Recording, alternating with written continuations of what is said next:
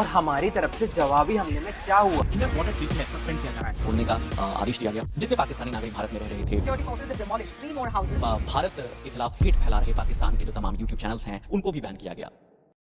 मान लो कि हमारी गवर्नमेंट ने इन टेररिस्ट को मार भी गिराया, तो इससे होगा क्या? क्या हम बिना बंदूक चलाए सामने वाले को खत्म कर सकते हैं? और क्या कभी हिस्ट्री में ऐसा कुछ हुआ? आओ वीडियो में देखते हैं। वीडियो को लास्ट तक देखना, क्योंकि मैं लास्ट में आपको एक ऐसे बॉम्ब के बारे में बताने वाला हूँ जो न्यूक्लियर बॉम्ब तक को रोक सकता है। 22 अप्रैल 2025 को हुए इस हमले में 26 मासूम टूरिस्ट की जान चली गई थी। ये नफरत का नया चेहरा है, लेकिन सवाल ये उठता है कि क्या सिर्फ हथियारों से जंग लड़ी जाएगी या फिर एक अनसीन वॉर भी चल रही है, साइबर वॉर। इंडिया को अब इस साइबर बैटलफील्ड में क्या एक्शन लेना चाहिए? साइबर वॉर कोई फैंटेसी नहीं, दुनिया की कई कंट्रीज ने इसे टेररिज्म के खिलाफ एक पावरफुल वेपन की तरह यूज किया है। आइए इसके कुछ एग्जांपल्स देखते हैं। पहला है स्टक्सनेट। 2010 में यूएस और इजराइल ने एक डिजिटल वायरस बनाया जिसका नाम था स्टक्सनेट। न मिसाइल्स यूज हुई, न आर्मी, बस एक पेन ड्राइव से ईरान का पूरा न्यूक्लियर प्रोग्राम 3 साल पीछे चला गया।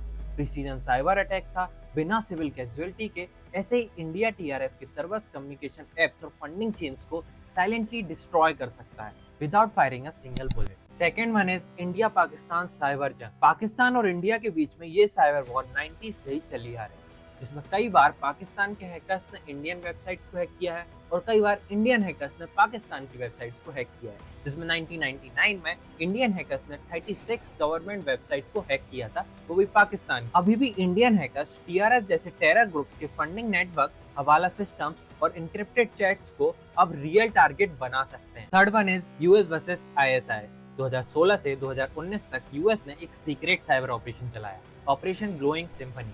आईएसआईएस की propaganda videos, social media accounts और इवन क्रिप्टो वॉलेट्स तक सब डिसेबल कर दिए गए। टेररिस्ट कंफ्यूज हो गए कौन सा लिंक रियल है और कौन सा लिंक फेक है। इंडिया भी ऐसे कुछ ऑपरेशंस को चलाकर टीआरएफ के डिजिटल एम्पायर को कोलैप्स कर सकता है। अब कुछ पॉइंट्स की बात करते हैं जो गवर्नमेंट इंटरनली इंप्लीमेंट कर चुकी होगी और इन्हें इंप्लीमेंट करने में क्या प्रॉब्लम आती है ये भी समझते हैं। एक और खास बात, अभी की सिचुएशन को देखते हुए ऊपर से मैं आपको कुछ चीजें बताऊं और एग्जांपल्स के तौर पे मैं कुछ आपको टूल्स ही बताऊंगा जिसका यूज हो भी सकता है और नहीं भी। हाँ, तो ये आपको पता चल ही गया होगा कि टेररिस्ट ने कम्युनिकेशन के लिए एक चाइनीज मैसेजिंग ऐप का यूज किया। इसी तरह और भी एप्लीकेशन जो हाईली एनोनिमस तो हैं but end to end encrypted नहीं है, जैसे टेलीग्राम और डार्क वेब में अनियन मैसेजिंग। भले ही इसमें हमें चैट्स ना मिले, बट ये तो पता चल ही जाएगा कि किसने कब किससे बात करी है। कहने का मतलब ये है कि इन जैसी एप्लीकेशंस में भी अगर टाइट मॉनिटरिंग और सर्विलियंस रखें और फेक हनीपॉट सर्वर्स बनाएं तो हम भी बहुत सारी इनसाइट्स पता कर सकते हैं, जैसे चैट्स का मेटा डेटा और पब्लिक चैनल्स जो प्रोपेगेंडा फैलाते हैं, इनसे भी हमें बहुत सारी इनसाइट्स मिल जाती हैं। India should do an offensive cyber attack on Pakistani and their terrorist organisations digital networks.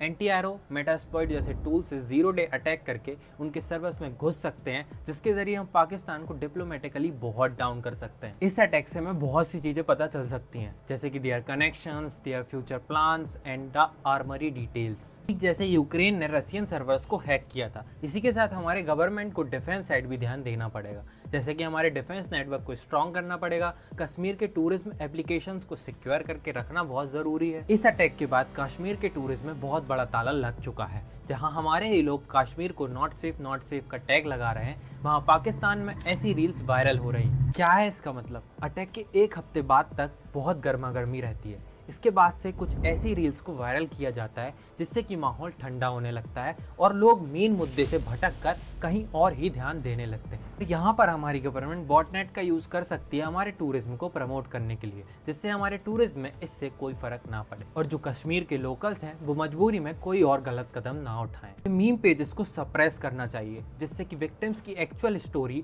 और कश्मीर की एक्चुअल कंडीशन लोगों तक पहुंच पाए, जिससे कि लोगों में एक अच्छा मैसेज जाए, जैसे कि गवर्नमेंट उनके साथ है और वो फ्रीली कहीं भी ट्रेवल कर सकते हैं। लश्कर तैयबा और अल कायदा जैसे बड़े बड़े टेरर ऑर्गेनाइजेशन फंडिंग और फंड ट्रांसफर के लिए नए नए तरीके निकालते हैं और इनमें से ज्यादातर कॉमन होते हैं 2 प्लेटफॉर्म, पहला क्रिप्टो और दूसरा डिजिटल हवाला। और कम्युनिकेशन और प्रोपेगेंडा फैलाने के लिए टेलीग्राम जैसे एप्लीकेशंस का यूज करते हैं। और ब्लॉकचेन और मॉडर्न साइबर सिक्योरिटी टूल से हम इसे कुछ हद तक ट्रैक कर सकते हैं। टूल्स जैसे चेन एनालिसिस और एडवांस टूल का यूज करके हम सस्पिशियस वॉलेट एड्रेस और ट्रांजैक्शन पैटर्न्स को ट्रैक कर सकते हैं। मोटे मोटे तौर पर समझ लो कि ये टूल्स अपनी हाईली ट्रेन्ड और एडवांस एल्गोरिथम का यूज करके कुछ वॉलेट्स को फ्लैग करता है, जिसे ट्रैक करके उसके एक्सचेंज का पता लगाया जा सकता है। एक बार अगर एक्सचेंज का पता लग जाए तो उन एक्सचेंज प्लेटफॉर्म से कोऑपरेट करके और हम उनसे ट्रांजैक्शंस और आगे की डिटेल्स निकाल सकते हैं। केवाईसी डिटेल्स भी निकाली जा सकती हैं और लगभग इसी तरह इनके कम्युनिकेशन चैनल्स का भी पता लगाया जा सकता है। ये थे कुछ आइडियल स्टेप्स जो साइबर स्पेस में लिए जा सकते हैं या लिए जाने चाहिए। बट आपने नोटिस किया होगा कि इंडिया ने अभी तक कोई भी ऑफेंसिव अप्रोच को फॉलो नहीं किया। इसके 3 मेन कारण हो सकते हैं। पहला, साइबर एक्सपर्ट्स की कमी। एक रिपोर्ट के मुताबिक अभी भी 8 लाख साइबर प्रोफेशनल्स की इंडिया में कमी है। दूसरा बड़ा रीजन, मान लो इंडिया ने साइबर अटैक परफॉर्म कर भी दिया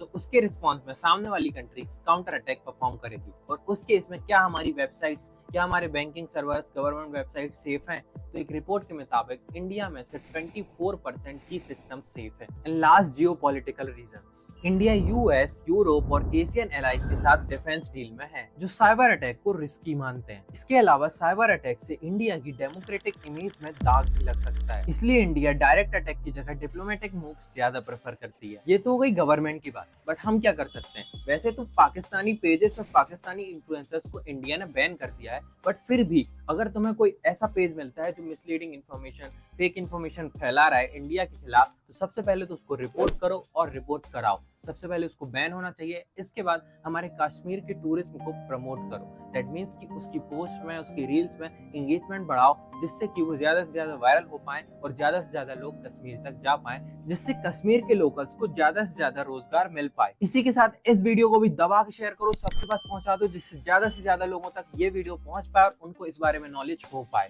तब तक के लिए वीडियो को लाइक कर देना, चैनल को सब्सक्राइब कर देना, और हाँ, साइबर वर्ल्ड में अगर आप अपने आप को सिक्योर करना चाहते हैं तो मुझे सब्सक्राइब जरूर कर लेना और मेरी इस छोटी फैमिली का मेंबर बनना। इसी के साथ मैं साइबर भैया साइनिंग ऑफ।